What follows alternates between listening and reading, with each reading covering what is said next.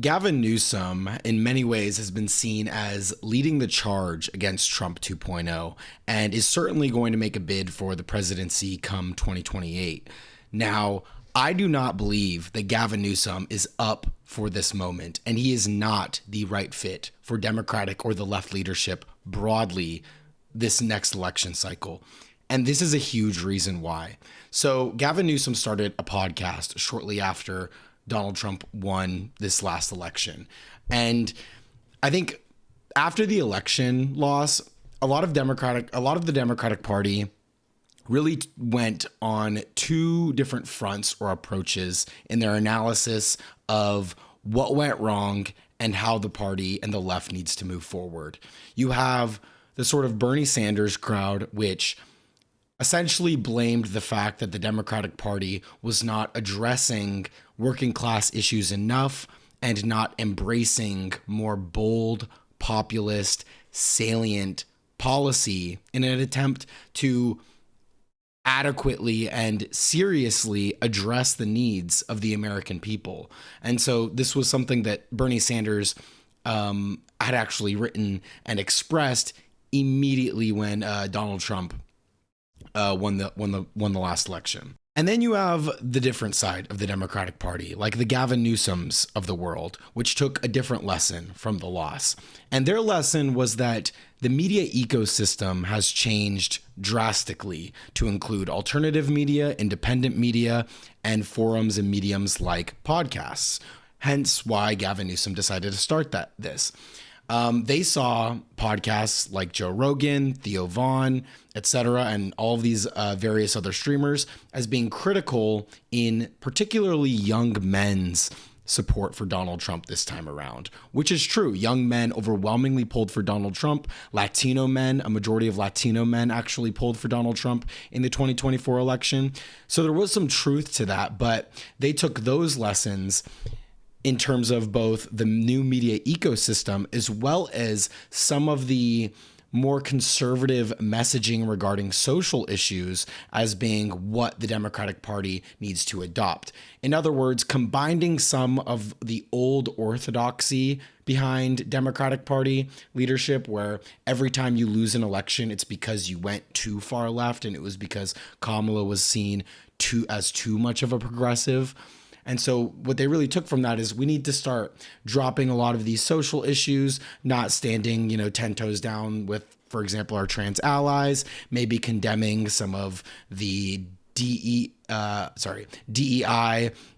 or other social policies. And then we need to adopt and have more conversation with right-wing figures like Steve Bannon or Charlie Kirk, which is something that, of course, Gavin Newsom ended up doing. And much of what you've seen in the contents of these podcasts is him conceding consistent ground on a lot of core principled issues that the left wing should be all in alignment on. And by that, I mean not have the positions that Gavin Newsom is expressing. Two of these issues in this case are going to be Israel and ICE. Ben Shapiro was recently on Gavin Newsom's podcast, and they talked about each of those issues in separate occasions. And I want you to pay attention how Gavin Newsom treats these issues and how much he allows Ben Shapiro to essentially control the conversation. Take a look. Yeah. It seems to have become a sort of de rigueur requirement for Democrats who are running for office to now suggest, for example, Scott Wiener just did this, he's running for Congress, that Israel committed a genocide in Gaza. That is, forget about anti-Semitism and discussions of it, because I think that those have become really loose and people don't have a consistent definition of anti-Semitism. Let's just talk about what's true. That's true. I think it's true about the definition. I mean, we, as you know, have been struggling with that in California as it relates to a lot of laws and legislation. Of course, anti-Semitism is a fundamentally different cat than, for example, racism. It's basically a conspiracy theory about Jewish power in the world. And it makes me sick to my stomach, and I say that clearly. And but not just, of course. I mean, we've tried to lead in terms of our response, and we've called out and called balls and strikes in terms of the outrageous things that have happened. So I would, in my own framework of anti-Semitism, I think that saying overtly false things about the Jewish state is a form of anti-Semitism, but I don't think that that is really important as much as it is it true or not? So Before getting into that, and I know Ben Shapiro does obviously say that addressing whether or not it's anti-Semitic is less important than addressing of whether or not it's actually true. I mean, obviously, I in many ways agree with that. We want statements to be true, whether or not they're considered bigoted by someone like Ben Shapiro, who considers racism or sexism to be essentially non-issues in any other context, except when it comes to Judaism.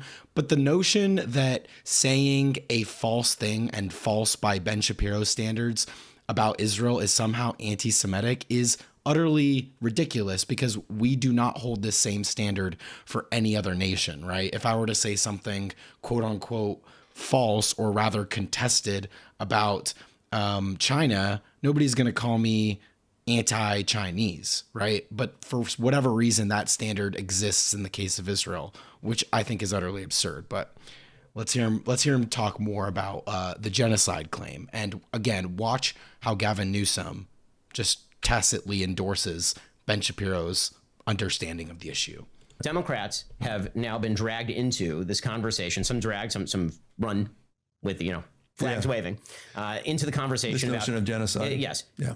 I mean, look, Israel did not commit a genocide in Gaza. There's no standard by which Israel committed a genocide in Gaza, just on a factual level. Just as a legal and factual level. Yes. Yeah. What does Ben Shapiro mean by this? Because there's certainly both legal and historical and definitional standards through which Israel has in fact been committing a genocide in Gaza. We can use historical and legal examples, such as the case in Bosnia, the Rwanda, or the case in Myanmar. What Israel is essentially engaged in is a genocide which does have both legal and historical precedent of killing civilians en masse to facilitate and pressure a forced transfer or ethnic cleansing. And that's something that Israeli officials, as well as officials in the Knesset, have been extraordinarily explicit about. They're also using, as a matter of policy, to create conditions unsuitable for human life in the Gaza Strip.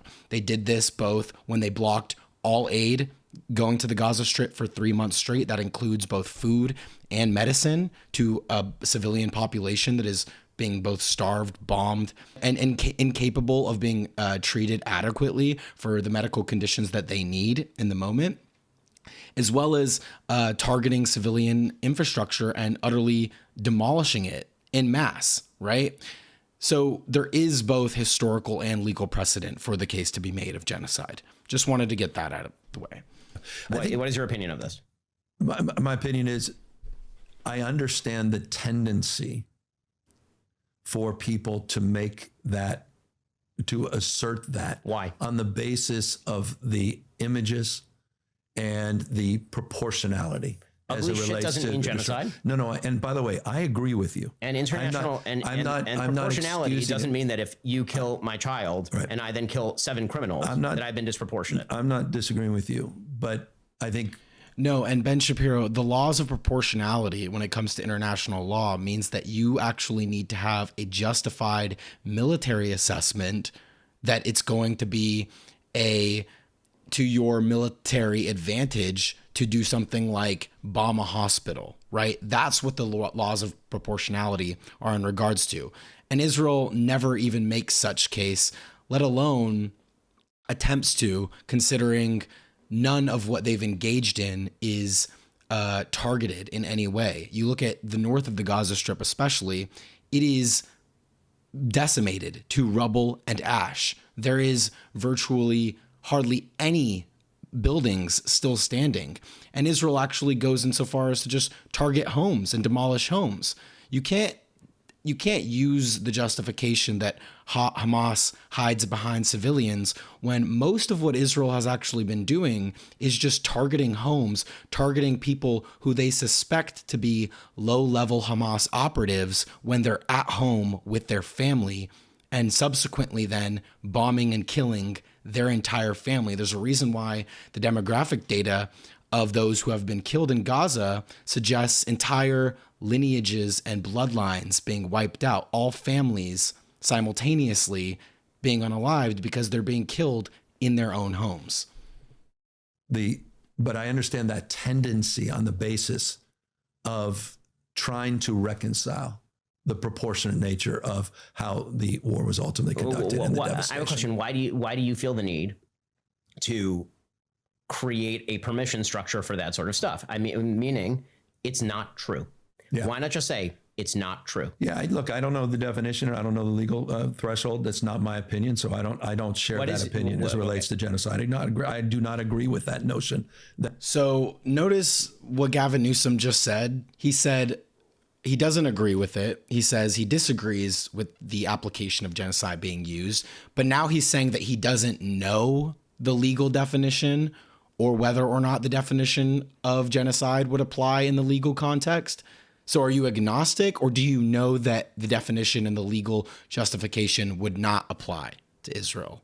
It's either one or the other. Either you're agnostic of the fact and you don't take a position, but maybe you can understand why the position would be. And like, fair enough, but I still would think that that's an insufficient position as far as democratic leadership goes. And if you actually believe that you should be the future leader of essentially left-wing America, which I obviously take that as a preposterous claim, but this issue needs to be a red line come 2028. This needs to be something that defines and creates the left, both this and the issue of ICE. So you tacitly endorsing Ben Shapiro's understanding of this issue, someone who's a Likudist, a far-right pro-Israel person, not providing any pushback whatsoever, not even just to the notion of genocide, but even refusing to attempt to litigate with Ben Shapiro Israel's conduct and inhumane violations of human rights in the Gaza Strip that we've been witnessing for the last 2 years, some of the worst crimes against humanity in my entire lifetime. You refusing to even do that shows a lack of a spine, right?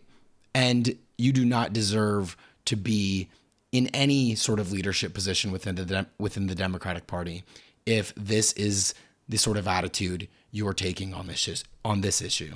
But you do understand that if you accuse Israel of committing a genocide, that now puts Israel in the position of it should be a pariah state, because states that commit genocide should be pariah states. Good. So yes. Granting legitimacy to that position inherently. I'm not granting legitimacy. I'm just saying the devastation in Gaza at the human level. You've got 4 kids. Of course, it's terrible. No, but I think it's also important to absorb that a little bit more. Just as it was sick, and we were clear in our condemnation, these people like me, as it relates to what Hamas did in that act of barbarism and terrorism. Yeah, but there's a difference between deliberate terrorism and wartime collateral damage, of course. And I want you to notice something. Ben Shapiro says wartime collateral damage in the case of Gaza, and then he says active barbarism in the case of October 7th.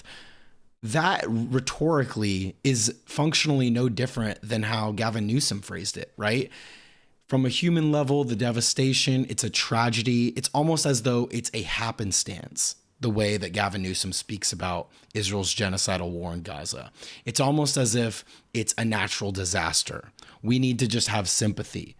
But then when in the case of October 7th, yeah, it's an act of barbarism, because now the conversation and the rhetoric shifts from it being a tragedy to it was an evil act by a perpetrator, right? And actually naming out the perpetrator, right? Israel's genocidal war on Gaza is not just a matter of tragedy or happenstance. It is a U.S.-backed genocidal war. It is one of the worst crimes against humanity, again, in my lifetime. It was a deliberate attempt to starve an entire population. They are still limiting aid trucks below what was agreed to under the ceasefire deal. They've violated the ceasefire deal numerous times. Hundreds of people have died since this so-called ceasefire has been in place. Israel, according to some recent reports, is about to start a new offensive past the so-called yellow line that they had agreed to be within the occupied parts of the Gaza Strip, right? Where is the naming of the blame? There's none of that, according to Gavin Newsom. None of it. That reality. Yeah. Then we end up equating collateral damage. I have stronger opinions. It wasn't just collateral. Really? You think that Israel was targeting civilians? I think some of the double tapping issues. I have a lot of issues with how Bibi ultimately conducted the war. I personally do. And I have a lot of issues that are also painted on the basis of the conversation I had with him a few weeks later after October 7th, the way he talked about the Palestinians. I kept talking about Hamas. He kept talking about the Palestinians. I kept coming back to Hamas. And then ultimately how the war was conducted. Not saying it was a genocide. I'm not. So there you have it. Maybe just like a little bit of an imperfect conduct, according to Gavin Newsom. But I'm going to say it once again. This is a litmus test in 2028. We cannot have a Democratic presidential candidate who doesn't in wholesale disavow Israel's genocide in Gaza and assure a US-based policy change in our treatment of Israel with no longer giving them such blanket authority to do whatever they want. That needs to be the case. So the other issue Ben Shapiro discussed with Gavin Newsom was the issue of ICE. And once again, Gavin Newsom totally and completely fails at meeting the moment in where his party is at politically, where his constituents are on this issue, which is overwhelmingly to abolish ICE. The most recent YouGov poll found that 77% of Democratic voters believe that we ought to abolish ICE. A plurality of the entire American people. 46% of people want to abolish ICE or eliminate the federal agency entirely, compared to 43% who want to keep it. That is not just a matter of reforming ICE, not just a matter of defunding them or getting more hours for ICE agents, but a plurality of Americans now believe that we need to eliminate the federal agency. And Democrats are notorious for looking at polling, right, and only evaluating it as though you can't attempt to shift or change the dialogue. You can't set the narrative. When that is so much of what politics is about, and that's so much of what the right does successful on. So you'll see in this clip, Gavin Newsom overtly say he does not believe we ought to abolish ICE. This. So we've established, and important, I appreciate the question because I'm glad we've established that we do cooperate with ICE in California, in particular this governor who's, as I said, on multiple occasions vetoed efforts to stop me from that coordination for dangerous criminals. And we've done that over 10,000 folks. So it'd be wrong for us. So when AOC said this week that ICE should be abolished, you disagree? Oh, I disagree when I think a candidate for president by the name of Harris said that in the last campaign. And I came out, I remember being on Chris Hayes hours later saying, I think that's a mistake. So absolutely. Number two, as it relates to the issue of sanctuary policy, I think it's important to establish, because it's not well established, sanctuary jurisdictions have lower crime rates than non-sanctuary jurisdictions. So this notion that it somehow increases crime is also, I think, contradicted on the basis of the facts. So this notion that population, it becomes an attractive nature for population increases, I think is contradicted by the facts. As it relates to crime, it's contradicted by the facts, but there's unquestionably, and you're right about this, as it relates to an expansion of services, but not just for sanctuary jurisdictions, for population, diverse populations. Yes, there are states like California that have chosen a different approach. So he opens that clip by almost proudly acknowledging that California, quote unquote, cooperates with ICE, and then proceeds to say, of course, I do not agree with the abolition of ICE. Then he begins to discuss whether or not sanctuary cities increase crime, etc. But this is all a premise that should not be bought by this discussion. The idea of criminality and ICE, right? And ICE's ability to combat criminality. 70% of people in ICE detention centers right now have no criminal background. ICE was established in 2003 along with our Department of Homeland Security, which was created post 9/11. Okay. We can deal with immigration policy without ICE. We've done it for most of this country's history.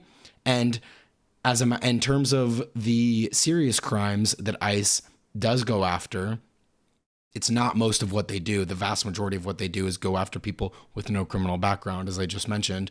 But with serious crimes, we can go after that with other federal agencies like the FBI or the DEA. But what ICE has effectively been used as under this administration is to terrorize both documented and undocumented immigrants, as well as U.S. citizens, right? A federal judge ruled later later last year that ICE was being used to silence pro-Palestine protesters on college campuses, both students and faculty members, right? In an attempt to arrest, detain, and deport them, silence them, and intimidate them for their free speech, right?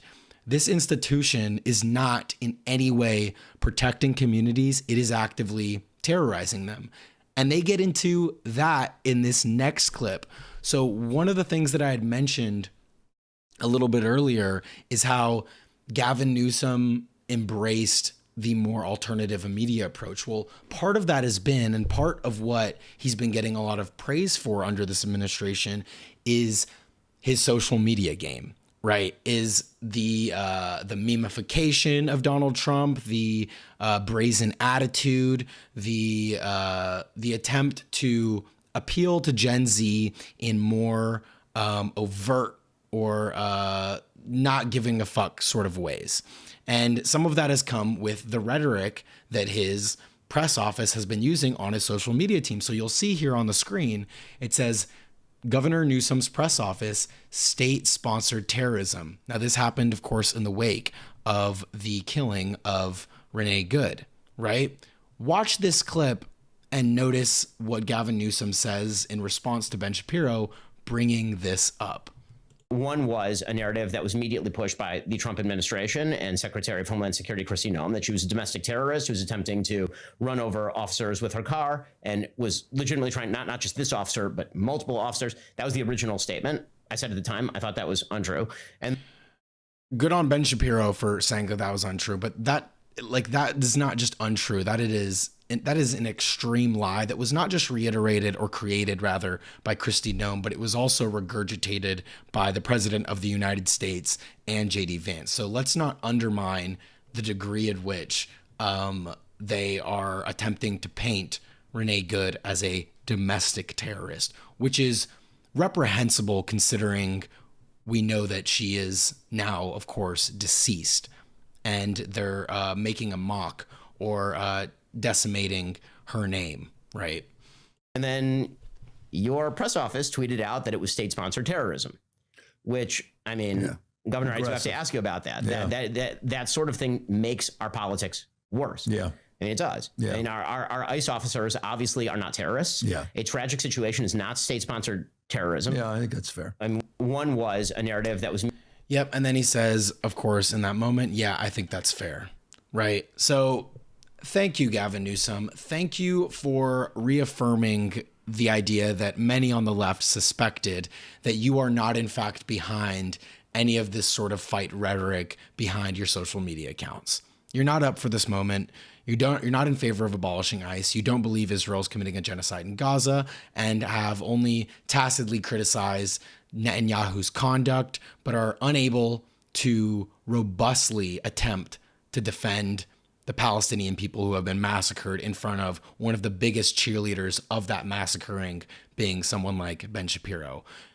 Gavin Newsom running to the right and attempting to do podcast bro stuff or new media, social media stuff on TikTok is not an actual signal that you are here for the genuine shift in politics, because you do not differ ideologically from the Democrats of the past. You only want to shift and change the way your approach is and how it's optically perceived to certain groups, but you don't want to substantively change what you think the Democratic Party or the left ought to be delivering for the American people. And that's it.